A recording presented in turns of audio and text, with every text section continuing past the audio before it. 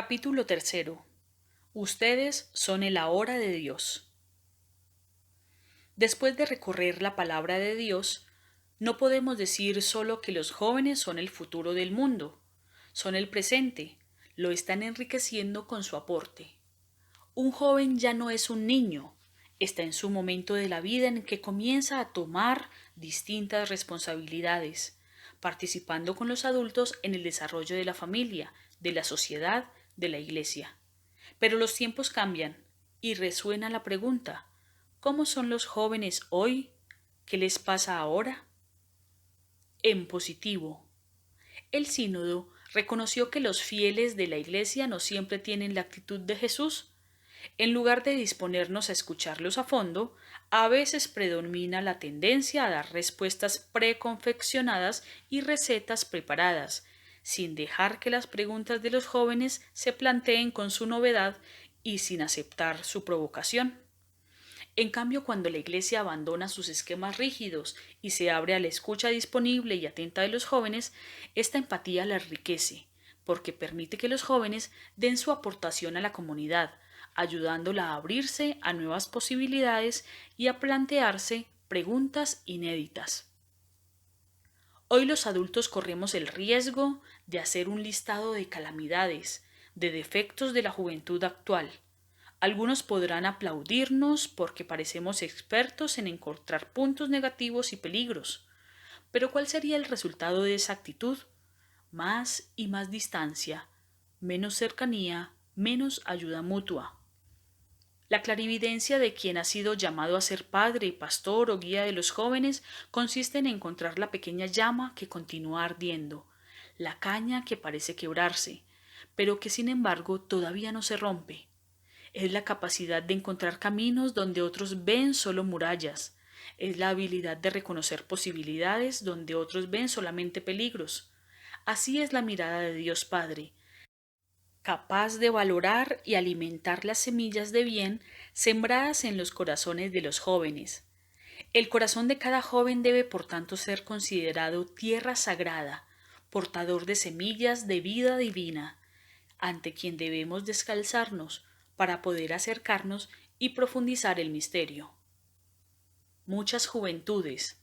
Podríamos intentar describir las características de los jóvenes de hoy, pero ante todo quiero recoger una advertencia de los padres sinodales. La composición del sínodo ha hecho visible la presencia y la aportación de las diversas regiones del mundo y ha puesto de relieve la belleza de ser Iglesia universal. Aún en un contexto de globalización creciente, los padres sinodales han pedido que se destacaran las numerosas diferencias entre contextos y culturas, incluso dentro de un mismo país. Existe una pluralidad de mundos juveniles. Tanto es así que en algunos países se tiende a utilizar el término juventud en plural. Además, la franja de edad considerada por este sínodo, 16 a 29 años, no representa un conjunto homogéneo, sino que está compuesta por grupos que viven situaciones peculiares. Ya desde este punto de vista demográfico, en algunos países hay muchos jóvenes, mientras otros tienen una tasa de natalidad muy baja. Pero otra diferencia deriva de la historia, que distingue a los países y continentes de antigua tradición cristiana, cuya cultura es portadora de una memoria que no hay que perder, respecto de los países y continentes marcados en cambio por otras tradiciones religiosas, y en los que el cristianismo es una presencia minoritaria y a veces reciente. En otros territorios, además, las comunidades cristianas y los jóvenes que forman parte de ellas son objeto de persecución. También hay que distinguir los jóvenes a quienes la globalización ofrece un mayor número de oportunidades, de aquellos que viven al margen de la sociedad o en el mundo rural y sufren los efectos de formas de exclusión y de descarte. Hay muchas diferencias más que sería complejo detallar aquí. Por lo tanto, no creo conveniente detenerme a ofrecer un análisis exhaustivo sobre los jóvenes en el mundo actual, sobre cómo viven y qué les pasa.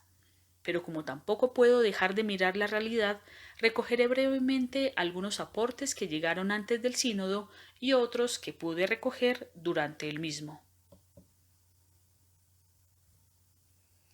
Algunas cosas que les pasan a los jóvenes. La juventud no es algo que se pueda analizar en abstracto. En realidad, la juventud no existe. Existen los jóvenes con sus vidas concretas. En el mundo actual, lleno de progresos, muchas de esas vidas están expuestas al sufrimiento y a la manipulación. Jóvenes de un mundo en crisis. Los padres sinodales evidenciaron con dolor que muchos jóvenes viven en contextos de guerra y padecen la violencia en una innumerable variedad de formas: secuestros, extorsiones, crimen organizado, trata de seres humanos, esclavitud, explotación sexual, estupros de guerra, etc.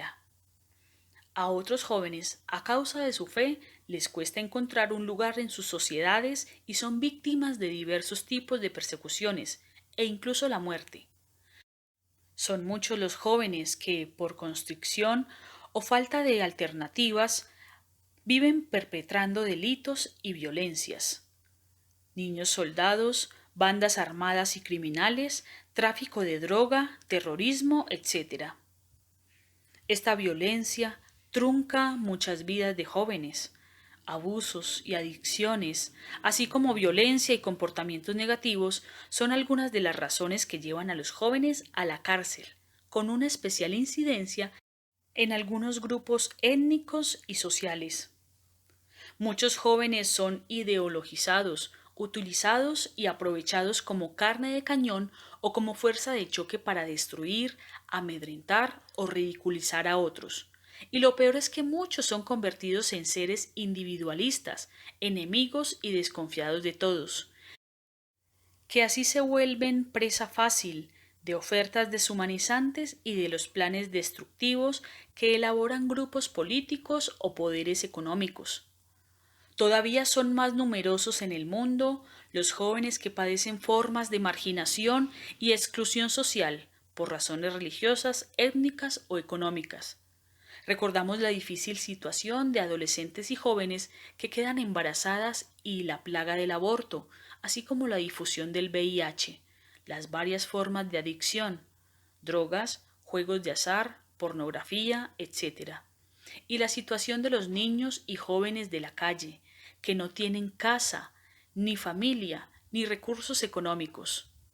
Cuando además son mujeres, estas situaciones de marginación se vuelven doblemente dolorosas y difíciles.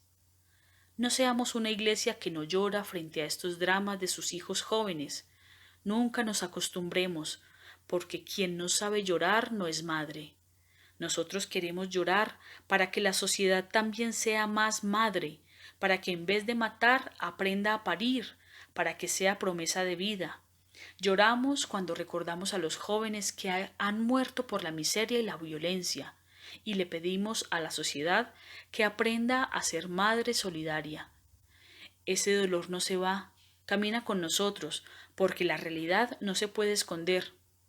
Lo peor que podemos hacer es aplicar la receta del espíritu mundano, que consiste en anestesiar a los jóvenes con otras noticias, con otras distracciones, con banalidades.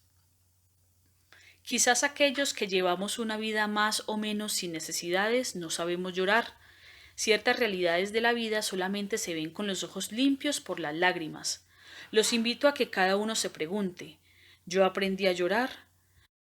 Yo aprendí a llorar cuando veo un niño con hambre, un niño drogado en la calle, un niño que no tiene casa, un niño abandonado, un niño abusado, un niño usado por una sociedad como esclavo. ¿O mi llanto es el llanto caprichoso de aquel que llora porque le gustaría tener algo más? Intenta aprender a llorar por los jóvenes que están peor que tú. La misericordia y la compasión también se expresan llorando. Si no te sale, ruega al Señor que te conceda derramar lágrimas por el sufrimiento de otros.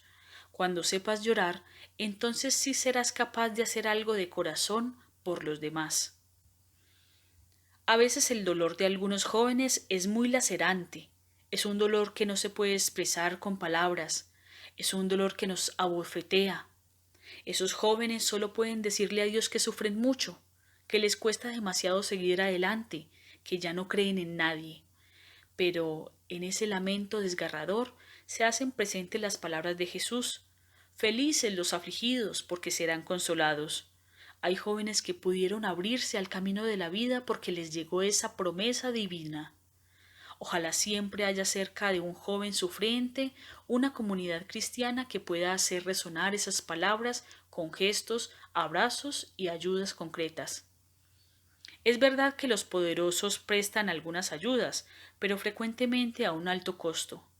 En muchos países pobres las ayudas económicas de algunos países más ricos o de algunos organismos internacionales suelen estar vinculadas a la aceptación de propuestas occidentales con respecto a la sexualidad, al matrimonio, a la vida o a la justicia social. Esta colonización ideológica daña en especial a los jóvenes. Al mismo tiempo vemos cómo cierta publicidad enseña a las personas a estar siempre insatisfechas y contribuye a la cultura del descarte, donde los mismos jóvenes terminan convertidos en material descartable. La cultura actual presenta un modelo de persona muy asociado a la imagen de lo joven. Se siente bello quien aparenta juventud, quien realiza tratamientos para hacer desaparecer las huellas del tiempo. Los cuerpos jóvenes son constantemente usados en la publicidad para vender. El modelo de belleza es un modelo juvenil, pero estemos atentos, porque esto no es un elogio para los jóvenes. Solo significa que los adultos quieren robar la juventud para ellos, no que respeten, amen y cuiden a los jóvenes. Algunos jóvenes sienten las tradiciones familiares como oprimentes y huyen de ellas impulsados por una cultura globalizada que a veces los deja sin puntos de referencia. En otras partes del mundo, en cambio, entre jóvenes y adultos no se da un verdadero conflicto generacional, sino una extrañeza mutua. A veces los adultos no tratan de transmitir los valores fundamentales de la existencia o no lo logran, o bien asumen estilos juveniles, invirtiendo la relación entre generaciones. De este modo se corre el riesgo de que la relación entre jóvenes y adultos permanezca en el plano afectivo, sin tocar la dimensión educativa y cultural. ¿Cuánto daño hace esto a los jóvenes, aunque algunos no lo adviertan? Los mismos jóvenes han hecho notar que esto dificulta enormemente la transmisión de la fe, en algunos países donde no hay libertad de expresión y donde se les impide participar en la Iglesia. Deseos, heridas y búsquedas. Los jóvenes reconocen que el cuerpo y la sexualidad tienen una importancia esencial para su vida y en el camino del crecimiento de su identidad.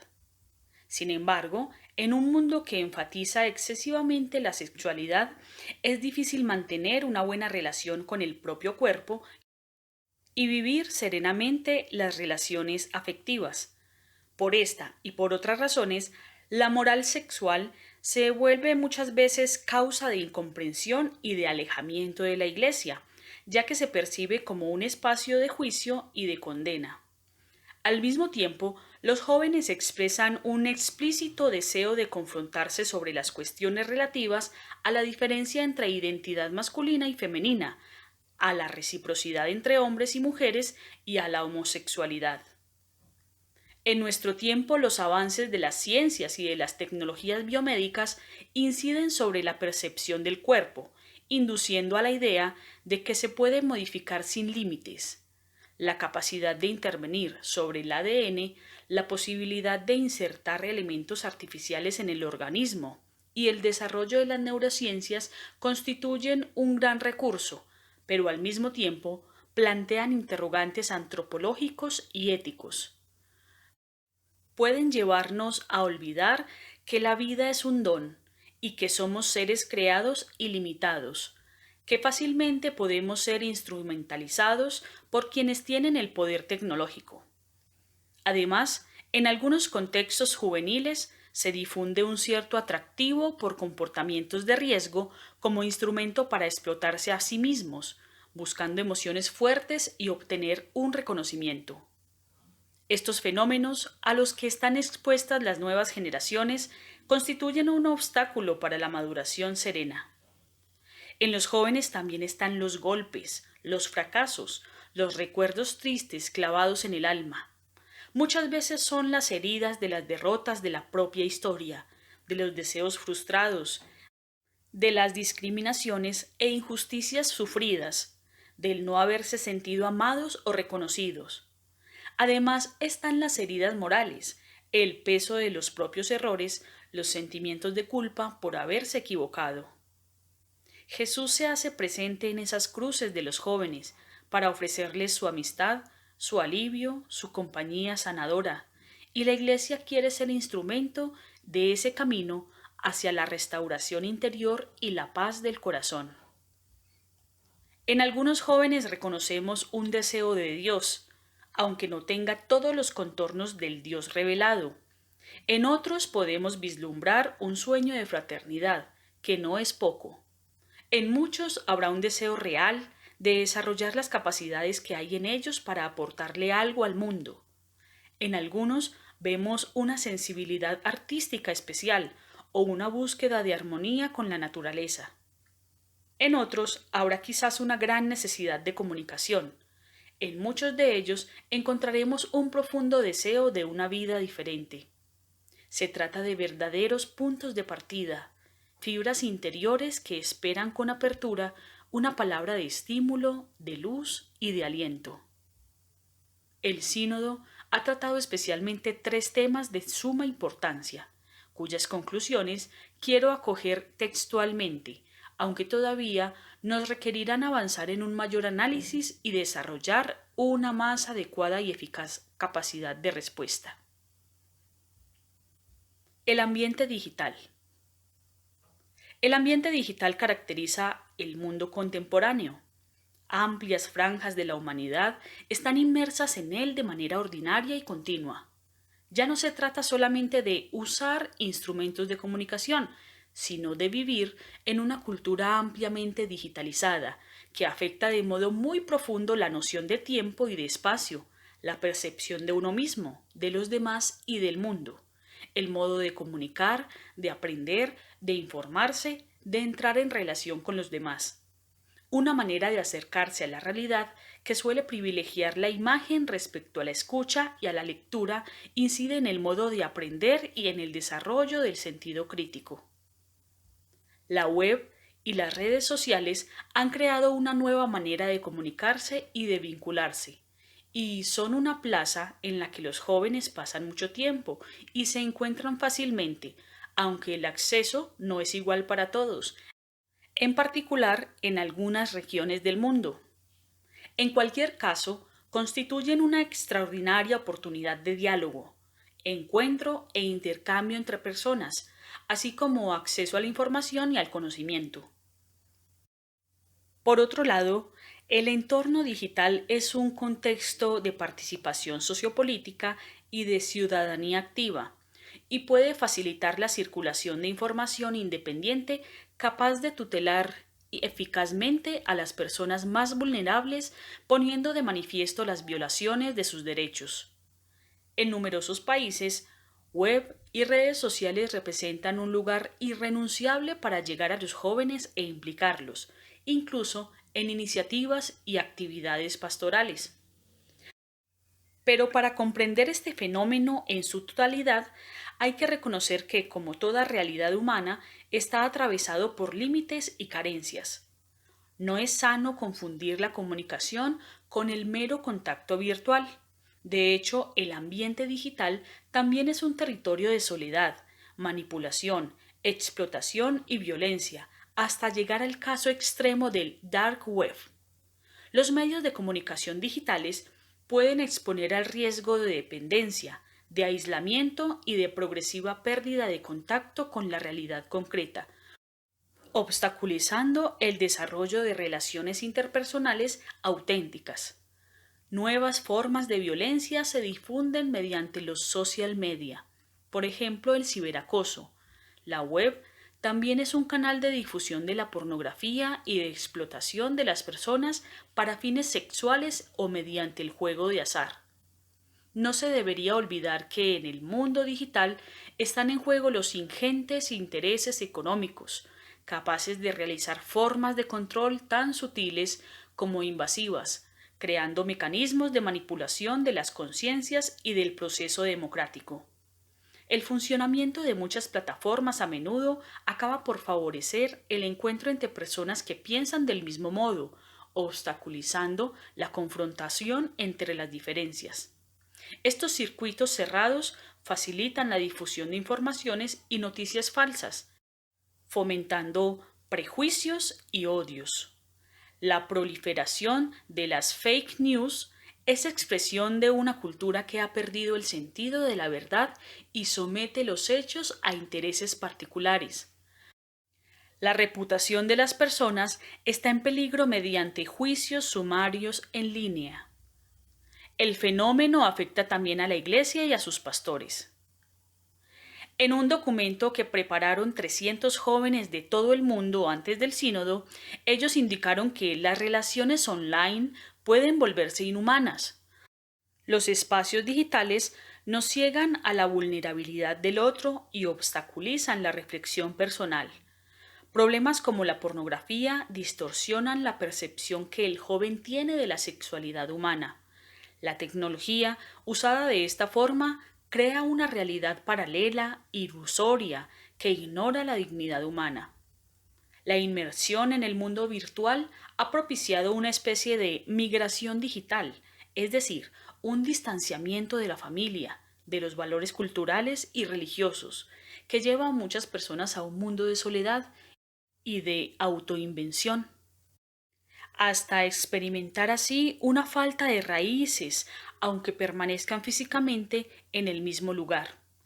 La vida nueva y desbordante de los jóvenes, que empuja y busca autoafirmar la propia personalidad, se enfrenta hoy a un desafío nuevo: interactuar con un mundo real y virtual en el que se adentran solos como en un continente global desconocido. Los jóvenes de hoy son los primeros en hacer esta síntesis entre lo personal, lo propio de cada cultura y lo global. Esto requiere que logren pasar del contacto virtual a una buena y sana comunicación. Los migrantes como paradigma de nuestro tiempo. ¿Cómo no recordar a tantos jóvenes afectados por las migraciones? Los fenómenos migratorios no representan una emergencia transitoria, sino que son estructurales. Las migraciones pueden tener lugar dentro del mismo país o bien entre países distintos. La preocupación de la Iglesia atañe en particular a aquellos que huyen de la guerra, de la violencia, de la persecución política o religiosa, de los desastres naturales, debidos, entre otras cosas, a los cambios climáticos y de la pobreza extrema. Muchos de ellos son jóvenes. En general, buscan oportunidades para ellos y para sus familias. Sueñan con un futuro mejor y desean crear las condiciones para que se haga realidad. Los migrantes nos recuerdan la condición originaria de la fe, o sea, la de ser forasteros y peregrinos en la tierra. Otros migrantes son atraídos por la cultura occidental, a veces con expectativas poco realistas que los exponen a grandes desilusiones. Traficantes sin escrúpulos, a menudo vinculados a los cárteles de la droga y de las armas, explotan la situación de debilidad de los inmigrantes, que a lo largo de su viaje con demasiada frecuencia experimentan la violencia, la trata de personas, el abuso psicológico y físico, y sufrimientos indescriptibles. Cabe señalar la especial vulnerabilidad de los inmigrantes menores no acompañados y la situación de quienes se ven obligados a pasar muchos años en los campos de refugiados o que permanecen bloqueados durante largo tiempo en los países de tránsito, sin poder continuar sus estudios ni desarrollar sus talentos. En algunos países de llegada, los fenómenos migratorios suscitan alarma y miedo, a menudo fomentados y explotados con fines políticos. Se difunde así una mentalidad xenofóbica, de gente cerrada y replegada sobre sí misma, ante la que hay que reaccionar con decisión. Los jóvenes que emigran tienen que separarse de su propio contexto de origen y con frecuencia viven un desarraigo cultural y religioso. La fractura también concierne a las comunidades de origen, que pierden a los elementos más vigorosos y emprendedores, y a las familias en particular cuando emigra uno de los padres o ambos, dejando a los hijos en el país de origen. La Iglesia tiene un papel importante como referencia para los jóvenes de esas familias rotas. Sin embargo, las historias de los migrantes también son historias de encuentro entre personas y entre culturas. Para las comunidades y las sociedades a las que llegan, son una oportunidad de enriquecimiento y de desarrollo humano integral de todos. Las iniciativas de acogida que hacen referencia a la Iglesia tienen un rol importante desde ese punto de vista y pueden revitalizar a las comunidades capaces de realizarlas. Gracias a la diversa proveniencia de los padres sinodales, respecto al tema de los migrantes, el sínodo ha vivido el encuentro de muchas perspectivas, en particular entre países de origen y países de llegada. Además, ha resonado el grito de alarma de aquellas iglesias cuyos miembros se ven obligados a escapar de la guerra y de la persecución, y que ven en estas migraciones forzadas una amenaza para su propia existencia. Precisamente, el hecho de incluir en su seno todas estas perspectivas pone a la Iglesia en condiciones de desempeñar en medio de la sociedad un papel profético sobre el tema de las migraciones. Pido especialmente a los jóvenes que no caigan en las redes de quienes quieren enfrentarlos a otros jóvenes que llegan a sus países, haciéndolos ver como seres peligrosos y como si no tuvieran la misma inalienable dignidad de todo ser humano. Poner fin a todo tipo de abusos. En los últimos tiempos se nos ha reclamado con fuerza que escuchemos el grito de las víctimas de los distintos tipos de abuso que han llevado a cabo algunos obispos, sacerdotes, religiosos y laicos. Estos pecados provocan en sus víctimas sufrimientos que pueden llegar a durar toda la vida y a los que ningún arrepentimiento puede poner remedio. Este fenómeno está muy difundido en la sociedad y afecta también a la Iglesia y representa un serio obstáculo para su misión. Es verdad que la plaga de los abusos sexuales a menores es por desgracia un fenómeno históricamente difuso en todas las culturas y sociedades, especialmente en el seno de las propias familias y en diversas instituciones, cuya extensión se evidencia sobre todo gracias a un cambio de sensibilidad de la opinión pública. Pero la universalidad de esta plaga, a la vez que conforma su gravedad en nuestras sociedades, no disminuye su monstruosidad dentro de la Iglesia. Y en la justificada rabia de la gente, la Iglesia ve el reflejo de la ira de Dios, traicionado y abofeteado. El sínodo renueva su firme compromiso en la adopción de medidas rigurosas de prevención que impidan que se repitan, a partir de la selección y de la formación de aquellos a quienes se encomendarán tareas de responsabilidad y educativas. Al mismo tiempo, ya no hay que abandonar la decisión de aplicar las acciones y sanciones tan necesarias, y todo esto con la gracia de Cristo. No hay vuelta atrás. Existen diversos tipos de abuso, de poder, económico, de conciencia, sexual. Es evidente la necesidad de desarraigar las formas de ejercicio de la autoridad en las que se injertan y de contrarrestar la falta de responsabilidad y la transparencia con la que gestionan muchos de estos casos. El deseo de dominio, la falta de diálogo y de transparencia, las formas de doble vida, el vacío espiritual, así como las fragilidades psicológicas, son el terreno en el que prospera la corrupción. El clericalismo es una permanente tentación de los sacerdotes, que interpretan el ministerio recibido como un poder que hay que ejercer más que como un servicio gratuito y generoso que ofrecer. Y esto nos lleva a creer que pertenecemos a un grupo que tiene todas las respuestas y no necesita ya escuchar ni aprender nada.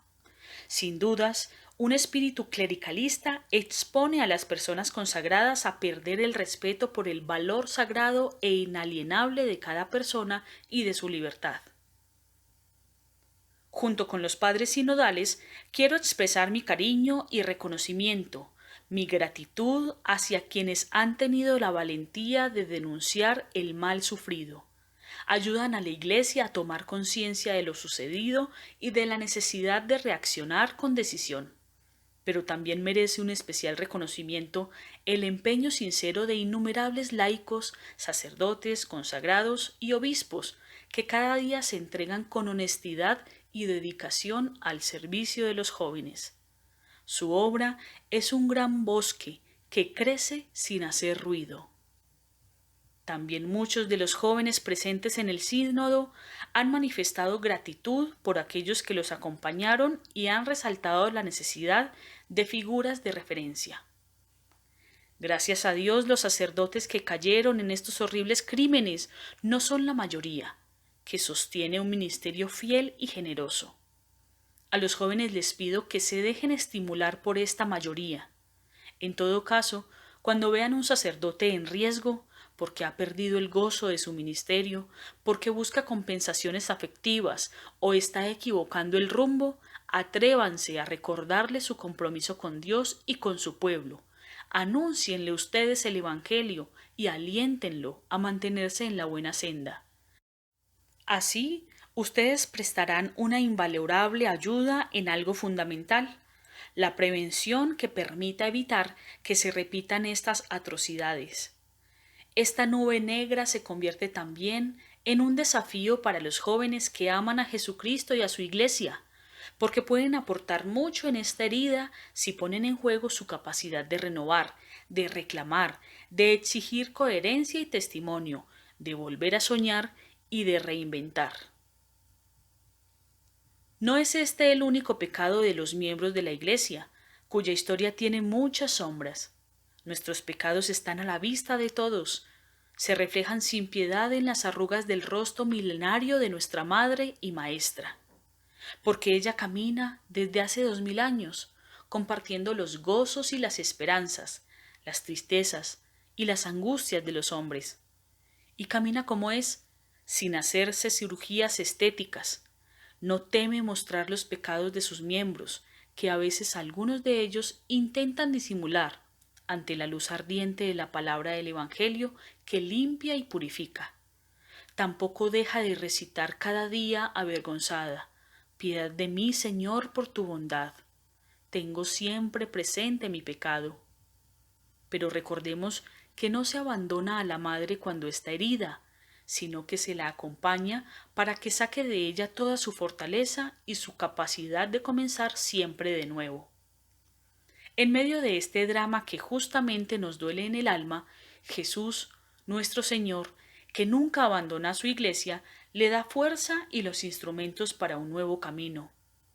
Así, este momento oscuro, con la valiosa ayuda de los jóvenes, puede ser realmente una oportunidad para una reforma de carácter histórico, para abrirse a un nuevo Pentecostés y empezar una etapa de purificación y de cambio que otorgue a la Iglesia una renovada juventud. Pero los jóvenes podrán ayudar mucho más si se sienten de corazón parte del santo y paciente pueblo fiel de Dios, sostenido y vivificado por el Espíritu Santo, porque será justamente este santo pueblo de Dios el que nos libre de la plaga del clericalismo, que es terreno fértil para todas estas abominaciones.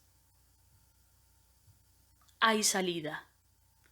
En este capítulo me detuve a mirar la realidad de los jóvenes en el mundo actual.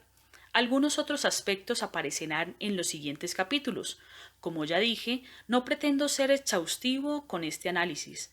Exhorto a las comunidades a realizar con respeto y con seriedad un examen de su propia realidad juvenil más cercana, para poder discernir los cambios pastorales más adecuados.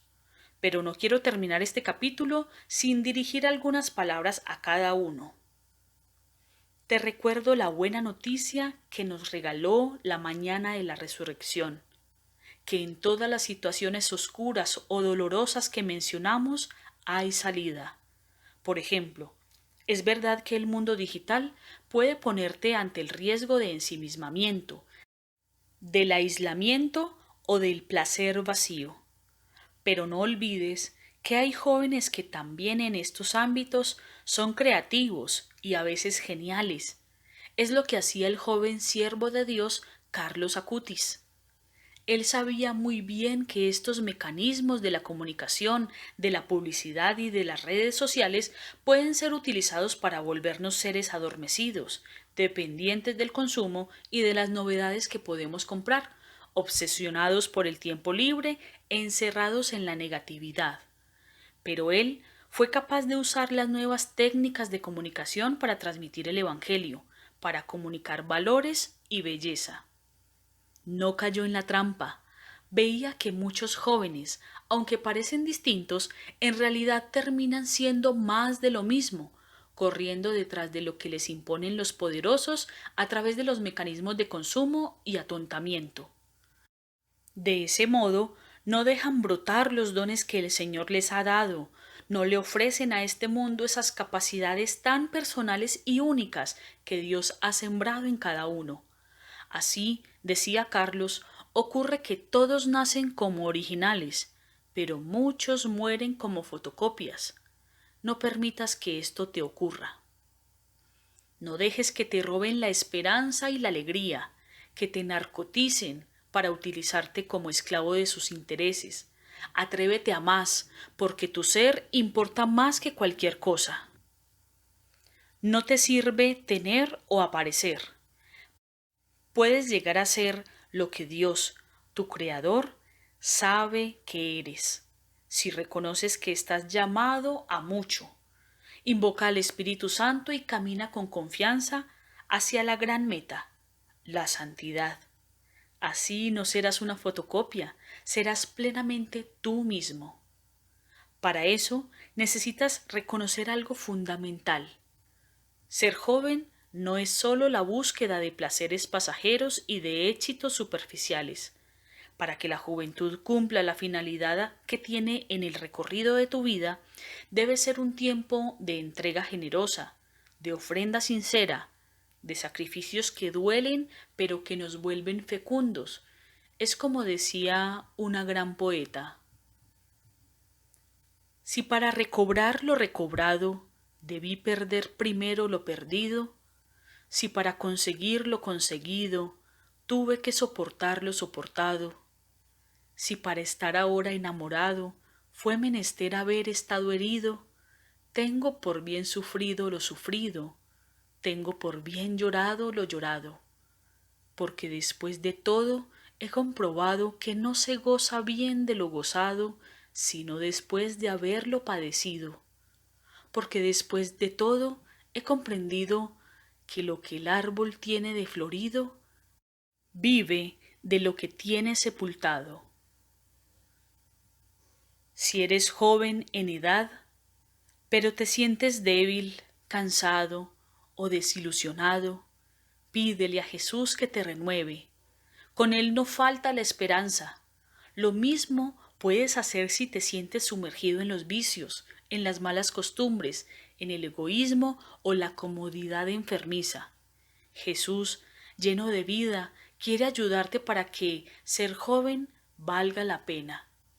Así no privarás al mundo de ese aporte que solo tú puedes hacerle, siendo único e irrepetible como eres. Pero quiero recordarte también que es muy difícil luchar contra la propia concupiscencia y contra las acechanzas y tentaciones del demonio y del mundo egoísta si estamos aislados. Es tal el bombardeo que nos